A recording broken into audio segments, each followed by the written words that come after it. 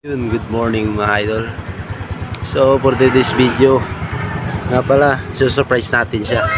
So may kasabuat. Alright, break it down. Birthday, and I wish you the best of everything. Sorry, I'm not the speaker straight, but I'm just adjusting. So kala nyo mag-duty tayo ngayon. So later, mag-prepare tayo. Binuksan na namin yung kabilang bahay sa kabilang pikas yung mga idol, para makaprepare kayo maya. So let's go. May bibilang pa kasi kami. Tapos ihatid ko muna siya kasi nga may ano yun? Orientation siya. So yun lang mga idol. Update tayo mga idol.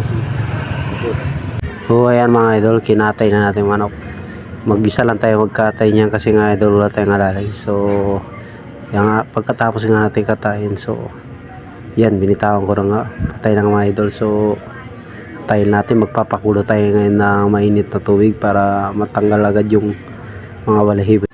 So magsisibak muna tayo ng kahoy para panggatong.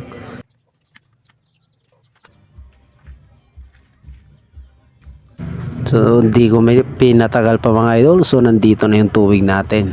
Ito yung gagamitin natin para panglinis sa mga manok idol, para matanggal madali yung balahibo niya idol. So yan, linisan ko na yung manok mga idol. Yan, di ko na pinakita for short na yun mga idol kasi nga napakahaba na ng video natin. Yan, ang bilis ko naman maglinis ng manok.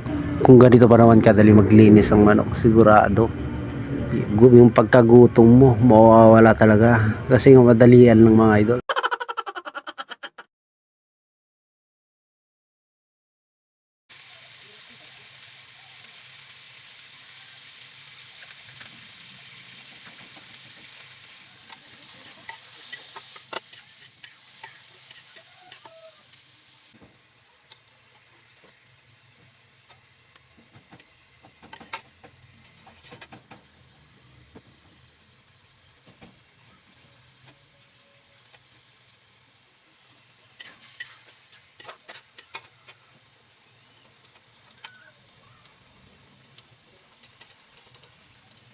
Idols, so sa mga idols, so natapos na tayo nagluto. So ito lang yung naluto natin.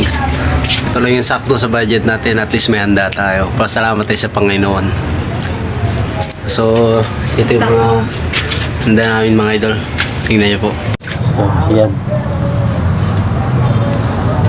Yan, may konting handaan pero okay na yun ito. At least busog tayo. Nagpapasalamat tayo sa Panginoon dahil bibigyan tayo ng biyaya. Yun. Happy birthday. Oh yeah. Yun na mga idol. Salamat tayo sa panonood nyo idol sa mga video ko. Salamat. Kain tayo.